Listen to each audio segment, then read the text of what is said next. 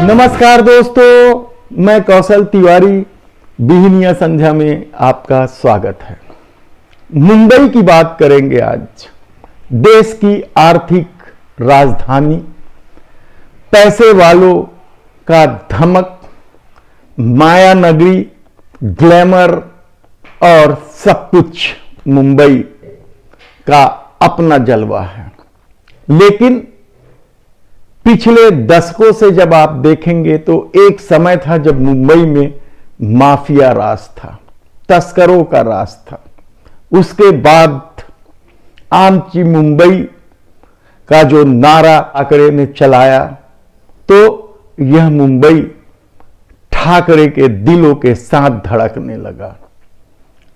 हालांकि मुंबई पर शुरू से ही गुजरात की नजर थी, गुजरातियों की नजर थी, लेकिन बाला साहब ठाकरे के धमक के आगे किसी की नहीं चलती थी। यहां तक कि दिल्ली की सत्ता भी उससे खौफ खाती थी, कहा जाए तो गलत नहीं होगा। एक इशारे पर बाला साहब ठाकरे के पूरा मुंबई थम जाता था।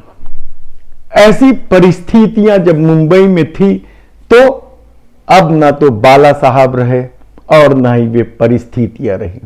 और इसी परिस्थितियों का फायदा केंद्र की सरकार ने उठाया है और मुंबई में अब मोदी सत्ता की धमक है। इसलिए सत्ता भी बदल गई और उसके प्यादे भी बैठ गए। तब मुंबई को पूरी तरीके से कब्जा में कैसे किया जाए। वैसे तो पूरी मुंबई ही सोने की खान है, लेकिन सबसे मलिन बस्ती धारावी को सोने की खान माना जाता है। ये एटीएम भी है, राजनीतिज्ञों के वोट बैंक के हिसाब से भी और पूंजीपतियों के, लेबरों के हिसाब से भी। हर दृष्टि से बेशकीमती शहर के बीचों बीच बसे धारावी को डेवलप किया जा रहा है। इस डेवलप करने के लिए टेंडर निकाला गया। टेंडर सिक्लिन नामक कंपनी के हिस्से में चला गया, लेकिन यह किसी को गवारा नहीं था। किसी को मतलब इस दौर में जो धमक की राजनीति कर रहे हैं देश के प्रधानमंत्री नरेंद्र मोदी और गृह मंत्री अमित शाह को तो यह गंवारा नहीं था। सत्ता बदली, रीटेंडरिंग हुई और एक बार फिर यह टेंडर सबसे दमदार माने जाने वाले, सत्ता के सबसे नजदीक माने जाने वाले गौतम अडानी को मिल गया। प्रोजेक्ट की कीमत छोड़ दीजिए, टेंडर किस रेट में तय हुआ यह भी छोड़ दीजिए। सवाल यह है कि गौतम अडानी को यह टेंडर कैसे मिला। क्या जो देश भर में हवा है कि जब अडानी टेंडर भरते हैं तो कोई सामने नहीं आता, क्या यह बात सही है? दबी जुबान में नहीं, अब तो खुले तौर पर यह बात कही जा रही है कि अडानी से तमाम उद्योगपति खौफ खाते हैं, अडानी से पूंजीपति खौफ खाते हैं। शायद यही वजह है कि मुंबई में बड़े बड़े पैसे वाले बसे हैं। गोदरेज से लेकर हीरा चंदानी, आप फेहरिस्त देख लीजिए, लेकिन किसी का भी इस टेंडर के प्रति रुचि इसलिए नहीं रहा, शायद क्योंकि वे जानते थे कि जब अडानी आ रहा है तो टेंडर उसे ही मिलेगा।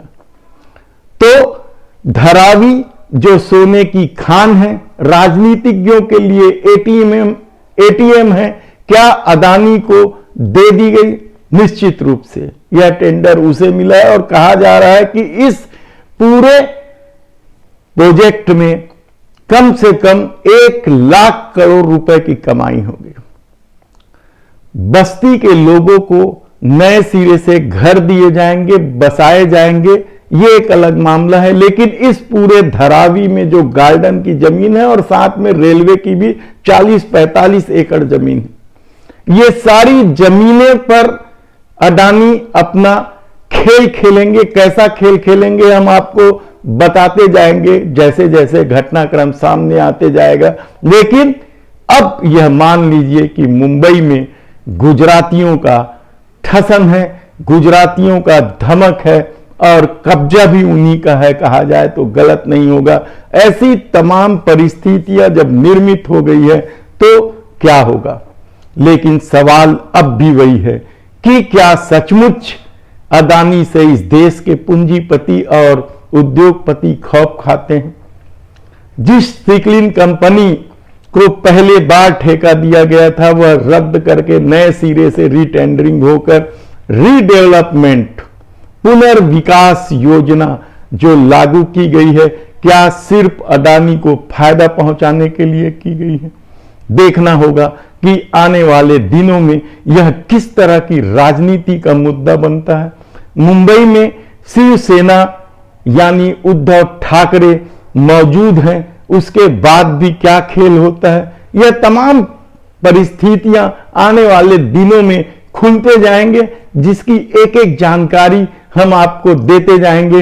लेकिन एक चीज तो आप मान लीजिए कि सोने की खान आने वाला धारावी अब अडानी के कब्जे में है और वे डेवलप करेंगे, 1 लाख करोड़ से अधिक कमाएंगे।